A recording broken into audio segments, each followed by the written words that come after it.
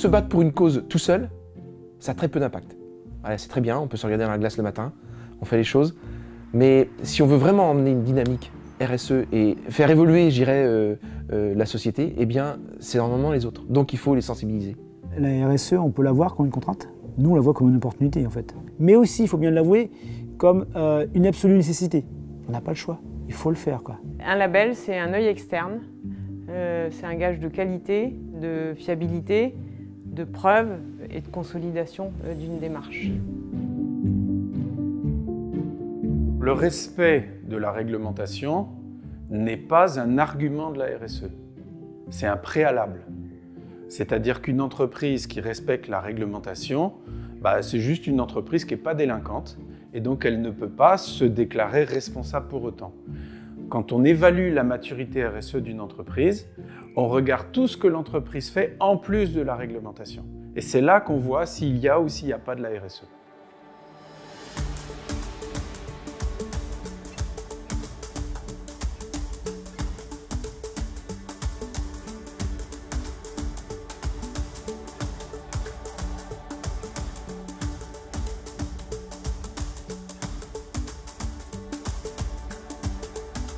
On a donc commencé notre démarche RSE en 2006. On a progressé, grandi, on a surtout commencé par l'environnement. Et puis on a évolué. Et on a fait des choses un peu comme ça, je dirais, de manière informelle. Lucie nous a permis de structurer et de reprendre tout le spectre et de tout reprendre. Ce qui fait que ça a été peut-être un peu compliqué au départ, parce qu'on disait mais pourquoi on pose ces questions-là, pourquoi on parle de ça, mais enfin je vois pas le rapport. Ça demande beaucoup de volonté parce que c'est pas un long fleuve tranquille, ça va nous demander de revoir nos modèles, on va plus pouvoir fonctionner comme on fonctionnait avant.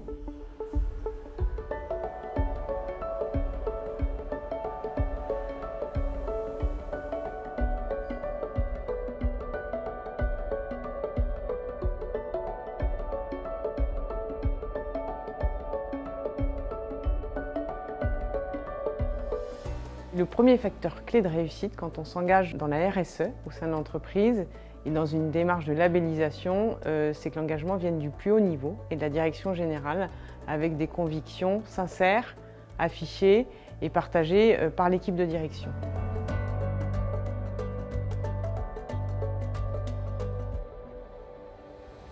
Il ne faut pas nier la contrainte que représente l'audit. Nous, on a une vingtaine de personnes tous les 3 ans, pendant 5 jours, qui sont sollicitées sur différents sites, à qui on pose des questions et on leur demande de répondre en documentant avec des preuves. Donc la contrainte, elle existe. Ce qui est intéressant dans cette contrainte, c'est qu'elle permet de formaliser toute la façon dont la démarche est structurée. Et quelque part, cet audit, il renforce la démarche de RSE.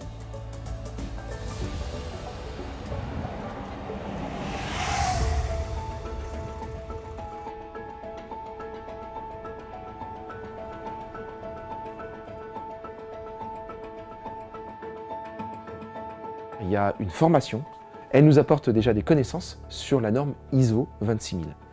Ça vient renforcer nos connaissances. On a appris comment était le label RSE, qu'est-ce qu'on allait nous demander, qu'est-ce que ça comprenait, comment il fallait faire, etc.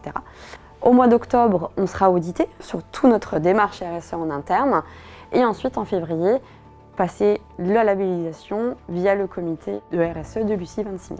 Pour qu'une démarche RSE vive dans l'entreprise et pour que le label Lucie soit une réalité d'entreprise, c'est plus ou moins complexe en fonction de la configuration de l'entreprise. Je pense qu'au début, on a voulu engager tout le monde de la même manière et on s'est vite rendu compte que c'était pas possible et qu'il fallait vraiment faire du sur-mesure et vraiment en lien avec le métier. Parce que nous, on ne veut pas avoir des robots de la RSE, on veut juste avoir des gens qui le font parce qu'ils y croient, avec plaisir et avec leur façon de faire à eux et leur état d'esprit. Après l'audit, on regarde les résultats. Et dans tous les cas de figure, pour 100% des entreprises, il y a des points forts et il y a des points faibles. Et donc on demande à l'entreprise un plan de progrès pour travailler sur ces points faibles, de sorte que progressivement, elle les corrige. L'audit, c'est important. D'abord, ça vient valider nos actions. Et à chaque fois qu'on a un audit, il y a toujours une part de pédagogie au monde de l'audit. Il y a du conseil aussi. Ça nous permet d'avancer encore plus vite ou de corriger l'axe pour être encore plus pertinent. Pour l'instant, on est encore tout jeune dans la démarche en plus de labellisation, donc on ne connaît pas tout, on ne sait pas tout, mais on a envie d'y aller en tout cas. Une entreprise doit toujours se remettre en question sur l'ensemble des sujets, sur ses trajectoires stratégiques, sur ses produits, sur ses politiques sociales. Et la RSE, elle est au cœur de notre stratégie, donc ça serait une erreur de ne pas la challenger. Et le label, évidemment, il vient nous challenger sur la façon dont on exécute nos actions RSE, et il vient pointer du doigt les trous dans la raquette et nos leviers de progression. Le gros intérêt du label, c'est évidemment le crédit que ça nous apporte. C'est un organisme externe, des auditeurs externes qui viennent et qui disent « bah voilà, chez Restoria, c'est pas trop mal, c'est perfectible, on peut progresser, mais on peut faire mieux ». Et ça apporte un crédit, ça change tout dans la perception que nos clients, nos fournisseurs, nos collaborateurs peuvent avoir sur la démarche. On n'est pas dans l'autoproclamation. Je suis arrivé chez CETI il y a 6 ans maintenant, donc je suis arrivé en BTS. J'avais entendu parler justement de ce fameux label Lucie. C'est ce qui m'a attiré, c'est ce qui m'a fait connaître CETI et petit à petit, c'est ce qui a fait que je suis resté chez CETI. Ma génération, on a vraiment cette quête de sens et je voulais, en intégrant CETI, en intégrant justement ce monde professionnel, pouvoir avoir un impact. Ce qu'on fait, c'est concret, c'est perceptible, ça se voit au quotidien. Que ce soit sur nos produits, mais également auprès des opérateurs et de nos collaborateurs. Le monde de la finance, les banquiers et les assureurs regardent de très près aujourd'hui l'engagement responsable des entreprises. Premièrement, pour prêter de l'argent à des taux bonifiés, parce que si l'entreprise investit sur des projets sociaux ou environnementaux, les taux d'intérêt sont plus faibles.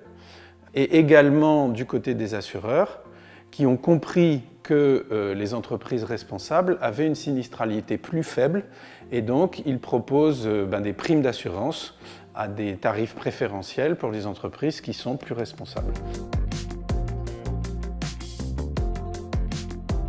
L'aspect communauté, il est assez important.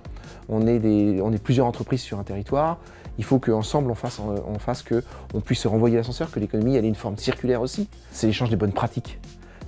On ne fait pas uniquement pour son entreprise, on fait pour la communauté. C'est-à-dire que les réflexions, elles sont tous ensemble, on s'inspire les uns les autres. Et cette communauté, plus elle va grossir, plus elle va faire parler d'elle et plus elle va emmener de monde aussi dans cette démarche de RSE. La RSE rapporte plus qu'elle coûte. Et dans l'inconscient collectif, on a exactement l'image inverse. Ça vient d'un phénomène, c'est que dans toutes les thématiques de la RSE, les coûts sont visibles et les bénéfices sont cachés. Mais quand on fait des calculs, on arrive à chaque fois à montrer que la RSE génère plus de bénéfices qu'elle n'a coûté au départ. Aujourd'hui, on est très fiers parce qu'on a atteint 1000 membres qui sont des entreprises, des collectivités, des associations dans la communauté Lucie. C'est beaucoup et c'est pas beaucoup, compte tenu des défis sociaux et environnementaux que nous avons à relever à très court terme. Donc on a une montagne à déplacer pour effectivement convaincre mais 100% des entreprises françaises à s'engager en RSE. Il n'y a pas le choix. On y va maintenant, allons-y, c'est super important. Et puis il y a beaucoup d'avantages à le faire, donc il n'y a aucune raison de ne pas y aller.